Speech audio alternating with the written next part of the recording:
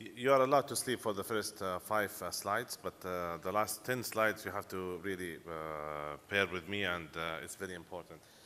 Unfortunately, because I'm leaving now to the airport, so I will make a shortcut.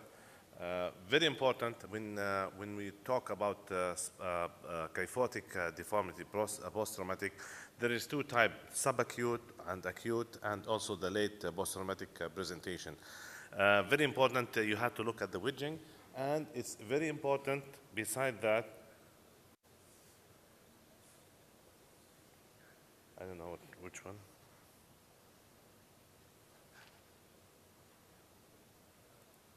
Yeah. And very important, you have to look at the posterior complex. Posterior complex is very important. So I consider three points major. Just to summarize it, is very important. It's the wedging of the spine, vertebra itself, the degrees, the disc in between the vertebra, and the most important thing also the posterior complex. All these share in the making the outcome of the deformity poor if it's fulfilled the requirements. So symptoms is quite variable. Patient coming with pain in the back. Some of them they came with the radiculopathy, severe pain, deformity. Some patients even they come complaining they can't lie down on their back because the gibbous deformity is really bothering them. So what factor contributes the poor tolerance? We have to understand this so we can know when we interfere and do surgeries. So we will explain one or two of them, the most important, but just look at this slide, it's very important. The severity of deformity is very important, and the level of deformity. If you go down at the lumbar, the deformity really is painful than if you go to thoracic and cervical. So the level of the deformity, and we classify it in one slide. Also, if there is any degeneration on the disc and canal or neurofilament compromise. Non-union is very important. I have patients coming severe pain after the surgery. X-ray looks fine. Then after a few months, I did CT scan. Everything was fine. There was only non-union, and there was one broken screw which was not able to detect it by standard X-ray. So the most important thing is the challenge. If somebody had a surgery correction and they came with still some kind of deformity and with pain, this is the most challenging, and you have to be very careful. Besides that, you have to look at the sagittal balance. It's very important. And Farsi, he did the sagittal index. They look at patient, as you can see here, with the thoracic kyphosis, and they measure all the angles and detect it from normal expected one. And by this way, they know how many degrees the difference with the standard. And this is the slide the one I just mentioned to you. If you look here, I divide it into 4 segments, the most important. And always I forget the numbers. Just remember, the first 2, 5 vertebrae. So T1 to T5, the second level, which is the high thoracic, the lower thoracic, the next 5 vertebrae, which is T6 to T10. Then the third one, which is thoracolumbar, is only 4 vertebrae. So 5, 5, 4. And it starts from T11 till L2, and the lower lumbar, which is L3 to L5, is 3 vertebrae. So 5, 5, 4, 3. Just remember it for your future reference. And the most involved one is the thoracolumbar in injury and the kyphotic deformity, followed by thoracic, and then with the lumbar level. So this is how the patient, it's very important you ask the patient to stand, look from the side, and you can see here the difference. And one of the painful part, which is I wrote in the red, it's the sway back. They make it hyperlordosis, and they try to make the thoracic flat. This is really, it takes a time and pressure and tension on the muscles itself. So this is very important. When the surgeon indicated, if there is significant pain and not controlled, the deformity, you remember the sagittal index, which we mentioned, if it is 20 degrees and more, and if there is a painful compensatory hyperlordosis or hypokyphosis for the thoracic. This is also another situation. In the absence of compensatory hyperlordosis, usually the patient will present in 2 things. I put a lady, you can see here, when she had kyphosis in the thoracic, and they have a problem to see forward, and they have a disability. This is very important. Besides, she has a lever arm on the upper thoracic, and this is really painful. They come with a neck pain. Yesterday there was a lecture about this issue. So, also, these are the other eight. There is a surgical indications. Forget number 8. 4, which is pseudoarthrosis, severe disc degeneration at the traumatized level, slowly progress neurological deficit, cosmetic concern. Sometimes patient come with no symptoms, only cosmetic. She looks really bad. And I have one case, I will show it to you. You have to put your mind about yellow flag. This is the most dangerous patient. You do surgery for them, and really they are pain, the rest. So you have to be careful, and you have to do the waddle sign. If they're 3 positive, then just send the patient to social psychiatry. Don't touch these kind of patients. So surgical goal, we need to restore the alignment. We need to reduce the pain. Okay, we need the functional reduce the function disability, and we need to try to treat the pathological fracture, which is we have to look at the plumb sagittal line and try to restore the kyphotic shape of the thoracic and lordotic shape of the lumbar. So surgical procedure, I'm not going to go through this, but just there is a big variety. The most important things, it's a surgeon preference, which you prefer. And there is some standard keys. If there is a deformity in the back, you go from the back, do release, do fixation. If patient acute injury and you want to do front and back, start with the back, because front is pain. It's going to be hemorrhagic. Wait for 2 weeks, and then you can proceed with the surgery from the front. You have to put in your mind about the patient with pathological fractures, acute, is it acute or subacute? These all, you have to collect all this information to take a decision when you're going to do the surgery and what type of procedure. I'll leave it for Dr. Khalid. He will talk about front and back procedure, so I'm not going to go in details. And as I mentioned, there is a several procedure is available. You can do it only from the front. You can do front, back, and even you can go back, front, back, you do release, front, you do corpectomy and cages, then you go back.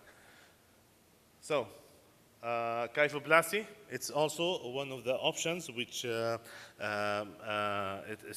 it's available, but people, they would like to wait 2 to 3 weeks before they do kyphoplasty in acute injury because of the leakage. Now the new cement, it's high viscous cement, so the chance of the leakage from the back, it's very rare. And even you can go with corpectomy, you can do multiple level column osteotomy, you can do even vertebral column resection if you need. So, like this example, you see you go from the back, you do the release, then you go from the front, you put the cage, and then you go back from the back. This is another example. You can see there is a deformity. This one, loss of lordosis with the traumatic scoliosis. And you can see here with the standard procedure from the back, you can do the whole correction. You don't need to go front and back. And in the end, you need to maintain a standard shape of the kyphosis lordosis. I'm just giving you an example about when the surgical indication. This is like a traumatic case with pathology. She lost 2 vertebrae. And this is one of the rare cases and indications. I just went from the front. I took the 2 levels. I put cage. As you can see here, I filled it with bone graft and I fixed it. So in this case, I bend the plate. You know, the plate looks like a C, so I just reshape it again. And here, this patient, he's overweight. I fix him when I start my practice. Because he's overweight, he went with kyphosis, and the screws was pulled out. So I have to go more aggressive. I went from the back at the first. I put all the screws. I put cables. I put hook on the top here. And they found he has also spondy at the level of L4, so I have to treat also another pathology here in this case. Then I went from the front. I fixed him. He is able to stand. This is another example of high thoracic kind of fracture pathology. And this guy, he had a TB. He ended with paraplegic, so I have to go first from from the front, I did the, sorry, from the back, I put the screws, I did the alignment, then I went again from the front, I went through the 3-4 high thoracotomy to do the correction. I have seen, I did this surgery about 5 years ago. He had very good healing. He came back to me to say hi just about 2 weeks ago. He improved his sensation. After 5 years, he started to move his adduction of the thigh, both. Nowadays, what I'm doing actually, for patients with kyphotic deformity, I always go with minimal invasive. I put the screws, and I'm using one of these cages, expandable cage. I fill it with bone graft. At the beginning, this cage came with augmentation with the cement. Then they modified to just stand alone. Now I'm injecting it with the bone graft, and you can see this one after 8 months. There is a bone fusion inside the cage here. Nowadays, this is what I'm doing. You can see the difference before and after. Have a good alignments after 1.5 years. I always take it out. But you have to take consideration after 1.5 years. You have to look at the disc. I found about 30% of these patients who they don't present with any disc problems after 1.5 years. When you do another CT scan for them, you'll see 1 or 2 vacuum sign. So this is my observation, and I looked back to the previous CT scan for these patients. You don't see any pathology on these discs. So it's very important in consideration. If you just put the brace, some of patients, they come back in future, about 30% of them, they can come back with the back pain. This is another case. This patient had the surgery before, and you can see the pathology has been operated. And the revision surgery, we did it for him. And this surgery is very nice. What I did actually, I did combined. I will show you the picture. This case also a patient who came with pathological gibbous formation. We just put the balloon. It was newly active. So balloon in acute cases or subacute you can use it, but if patient come later with the same problem, you just put vertebroplasty. You don't need to use a balloon. Just my recommendation, balloon in acute or subacute cases. This is another situation, a pathology. So we fill it with balloon, and then we went percutaneous fixation, and at the same time, we did the decompression. This is another patient. You can see there is 2 levels fracture. He is paraplegic. He was operated before, and the screw was pulled out. So what we did actually, I combined open and minimal invasive. So I went 3 levels on the top. I don't need to open there. I passed the wires, and then I went. If you can see, there is a special dominoes, and these dominoes it has open and close circuit. So you can push it, the open on your new rod, and this is the closed one, and the open you just hook it in the previous system, and you don't need to move the previous screws. So now what I'm doing in revision, this is what I'm doing, and it works very nice. You can see here how the system and the cross-link and the dominoes is working very nice. There is good alignment. I always, sometimes in these cases, because I'm worried, I keep a little bit longer on the top the rod, because yes, I'm expecting there will be a revision. So I don't need to struggle and find special dominoes. You just continue up. And this is one of the interesting cases. This patient, he came to me with TB spine, and he was like a person shrunk, and and he was not able to move. He doesn't have paraplegic. So what I did as a first stage, I did fixation from the back. When I opened percutaneous, just to take what left of the TB, I found nothing. It was clean because it was on anti-TB. So I decided to fill it with bone graft, just trial, and I told the patient, come back in 2-3 months, I will open you from the front. He came after 3 months with 40. He's completely, totally healed.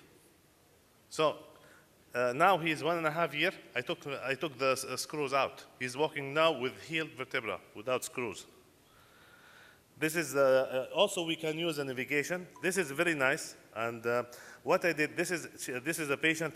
She has a gibbous. She came for cosmetic procedure. When I start the percutaneous scoliosis, I found that I left the patient with many holes. So I decided now to go back with the percutaneous, make midline incision, and from inside, You put the screws in this way. So I did multiple 5 levels osteotomy, SPO. And the rest, I use, you can see the screws up there. You see it through the muscle. There is screws here in the hole. And at the end, the patient has only one long incision. And this is what we have as an outcome. Thank you very much.